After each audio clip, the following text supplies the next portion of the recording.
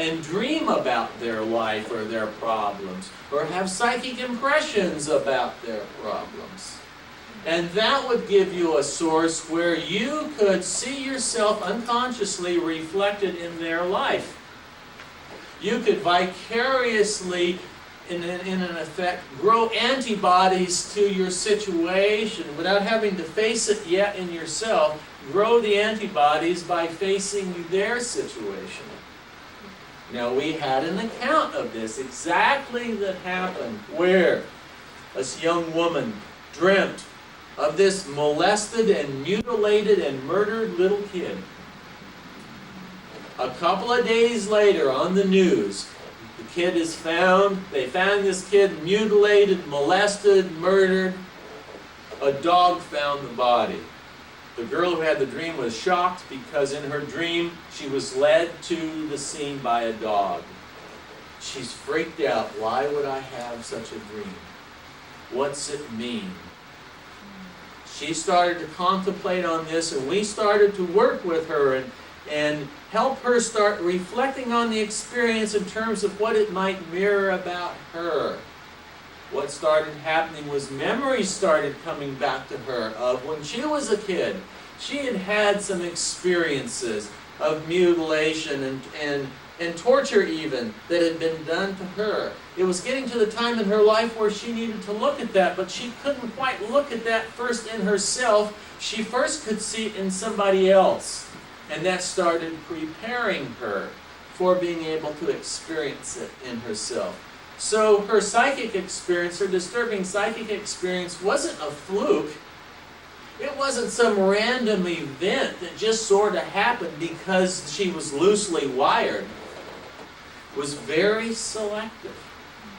You see, lots of times people will talk about this as if, well, if you open up psychically, your centers are open somehow, you're just going to pick up on the crap that's going on out there in the world. And you've got to learn how to be selective.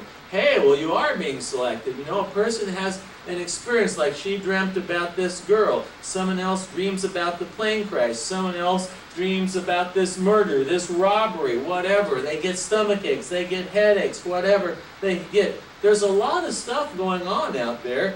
How come they don't tune into the other things? They tune into something very specific. The girl who was getting all upset and agitated as she was approaching the laundromat was tuning in to a robbery that was going on in a particular store. How come she wasn't tuning in to the murder that was happening down the street? Or what about the robbery in the other town? She didn't tune into those. What was it about this one? What was it about it was that the ordeal that the store clerk went through in terms of trying to struggle with the gun and being afraid and the sequence of emotions was very similar to an emotional pattern that she was needing to work with. There was a matching there. There was a mirroring going on. She was very precise in her selection of an experience to tune in on. It mirrored something about her. She didn't recognize that because, you see, if she had recognized it, the defense wouldn't quite be working in the same way. Freud was the one who introduced the notion that we have defense mechanisms that are meant to protect us so that we would not be overloaded, traumatized by our own feelings. So that, for example, I see your life in a certain way and it matches mine, but I don't recognize that it matches. If I recognized that it matched my life, that would overwhelm me. I would feel too much anxiety. I would run out of the room. So I am protected from recognizing the resemblance while I give you advice and operate on your situation as a vicarious way of operating on my own, but I never see the connection. By not seeing the connection, I can stay involved. So lots of times the people don't recognize any connection. They say, this has absolutely nothing to do with me. It's totally a psychic experience. I don't know why it came into my mind. I'm bothered by it. I wish I didn't have it, but it doesn't have anything to me. It's to do with me. It's purely psychic.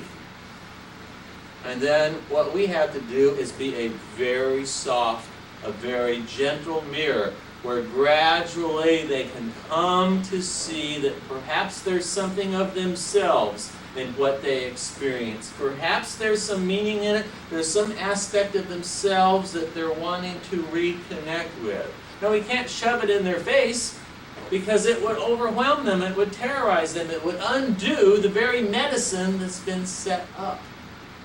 So that's why it requires us letting them choose their own timing, letting them make the recognitions at a pace that they feel comfortable at doing.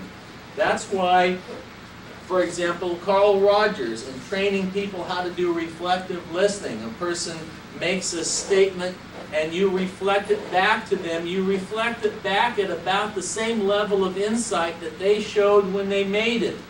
Person says, I feel kind of low today. And you say, yeah, you feel really depressed because you're angry at yourself and so on. Maybe you hear all of that, but now you're reflecting back a lot more insight than what they were showing. They're scared by what you just said, you know? So you have to keep it at a level, let them be the guide. So the person says, I'm feeling really low today. And you say, oh, kind of just no energy, huh? Yeah, I just don't have much cooking at all. And you say, well, you know, it sounds like you really just hardly can move or do anything. No, I'm just like a lead balloon. And they will guide you. They will walk into their territory. Just your reflecting and showing that you care, showing that you're interested is enough, and then they will take it from there. If you've experienced that yourself, you recognize that it works. You don't feel anxious to push it along because you've been in their spot. You know what it's like to allow yourself to unfold very naturally. Homeopathic medicine is a great believer and a great truster in nature. That nature can take its course. Nature is self-healing. We don't have to kick it. We don't have to shove it. You don't have to pull on the leaves of a tree to make it grow. It very naturally wants to grow. Nature very naturally wants to heal itself. All you have to do is be present. Be a loving mirror that just shines back just about what you've received, and that allows the person's consciousness to then turn back on itself. That's the purpose of reflecting. Otherwise, we'll look at something, but we don't see ourselves in it. When you're with somebody and you reflect back as a mirror to them what you hear them saying, then they start seeing themselves in what they're saying, and they can go inside. And when they start going inside, and their problem is already positioning them to go inside, because they ask, why me? Why did this happen to me? There's an interesting question. Yeah, it is kind of interesting why you would have this kind of experience. Yeah, I don't know why I would have had this at all. The dream about this person. Yeah, I don't know. Gosh, it must be really surprising to you that you would dream about a person like that. Yeah, this person got hit. They got murdered. I was all upset. Oh, yeah, I'd be upset too. Gosh, this person was hurt. It must have hurt a lot for them to get hurt. Oh, yeah, they suffered a lot. They got scratched. They got beat up and everything. Oh, wow, that must have really hurt a lot. Them getting scratched and getting beat up, getting punched and hit like that. Oh, I can feel it. Oh, yeah, it really hurt. You're just going with them in, and they're gradually and going inside to their place of pain, to their place of victimization, and so on. And all the while, they're leading the way. You're just providing the mirror. And that, although it doesn't seem like you're doing anything, it doesn't seem like you're using any kind of hypnotic technique or laser beam psychic ability or what have you, you're just being present, providing a consciousness. But this is I think the very essence of healing from a spiritual point of view, because it's profound trust in life itself to be self-curative, self-healing. And it's a surrendering of any of the ego's point of view that would make a judgment about this is good and this is bad, which only would contribute more to the situation.